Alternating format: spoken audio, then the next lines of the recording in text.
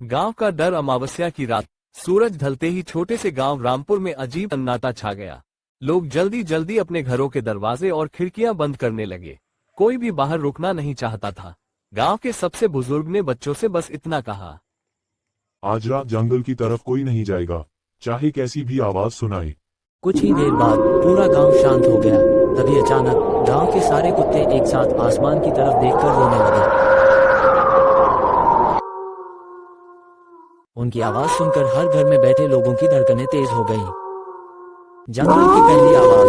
गांव के पीछे फैले घने जंगल से एक लंबी दर्द भरी लोमड़ी की चीख सुनाई दी। कुछ सेकंड बाद फिर वही आवाज, इस बार पहले से भी ज्यादा पास।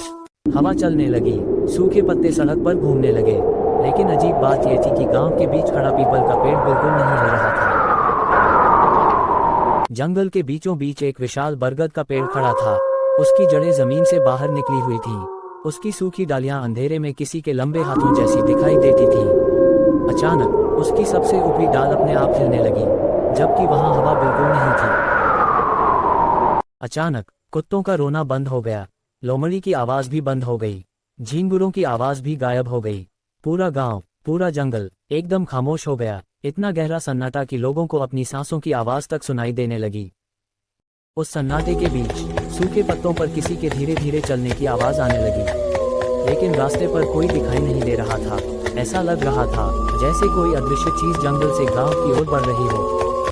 बरगद के चारों ओर सफेद धुंध फैलने लगी। धीरे धीरे धुंध इतनी घनी हो गई कि पेड़ पूरी तरह गायब हो गया। कुछ पल बाद धुंध के अंदर दो लाल चमकती आंखें दिखाई दी। वे आंखें बिना पलक झपकाए अंधेरे में टिकी हुई थीं। जंगल का डर दूर कहीं फिर लोमड़ी की आवाज आई, लेकिन इस बार उसकी आवाज अचानक बीच में ही रुक गई। ऐसा लगा जैसे किसी ने उसे एक पल में चुप करा दिया हो। कुत्ते फिर रोने लगे, इस बार पहले से भी ज्यादा जोर से। गांव में किसी घर का पुराना लकड़ी का दरवाजा अपने आप की आवाज के साथ थोड़ा खुल गया। अंदर बैठे लोग डर के मारे हिल भी नहीं पाए। बाहर सिर्फ अंधेरा था। जंगल में बरगद की सबसे लंबी डाल धीरे धीरे नीचे झुकने लगी। ऐसा लग रहा था जैसे पेड़ किसी का इंतजार कर रहा हो। उसी समय धुंध के बीच एक काला साया दिखाई दिया। उसका चेहरा दिखाई नहीं देता था। वह बिना आवाज किए बरगद के चारों। आधी रात, घड़ी में ठीक 12 बजे, अचानक पूरे जंगल में एक ठंडी हवा चली। बरगद के सारे सूखे पत्ते एक साथ हिलने लगे और फिर एक धीमी फुसफुसाहट सुनाई दी। आज कोई जाग रहा है। डर का बढ़ना, गांव के कुत्ते फिर रोने लगे। दूर कहीं लोमड़ी की आवाज आई। फिर सब कुछ शांत हो गया। जंगल ऐसा लग रहा था जैसे किसी बड़ी घटना का इंतजार कर रहा हो। बरगद के पास खड़ी धुंध धीरे धीरे गांव की ओर बढ़ने लगी। जिस रास्ते से धुंध गुजरती वहां अचानक ठंड बढ़ जाती। पेड़ों की शाखाएं अपने आप हिलने लगती। सुबह सूरज निकलते ही सब कुछ सामान्य हो गया। कुत्ते शांत थे। उस दिन के बाद गांव के लोग पहले से भी ज्यादा डरने लगे।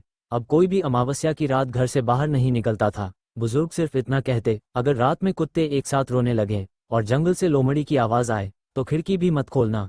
सीन आज भी, हर अमावस्या की रात पहले कुत्तों के रोने की आवाज आती है, फिर जंगल से लोमड़ी की चीख सुनाई देती है और उसके बाद पूरा गांव गहरे सन्नाटे में डूब जाता है। कहते हैं उस सन्नाटे के दौरान अगर कोई खिड़की खोलकर जंगल की तरफ देख ले तो उसे बरगद के नीचे एक काला साया खड़ा दिखाई देता है और अगली अमावस्या तक वो साया किसी नए इंतजार में रहता है। समाप्त।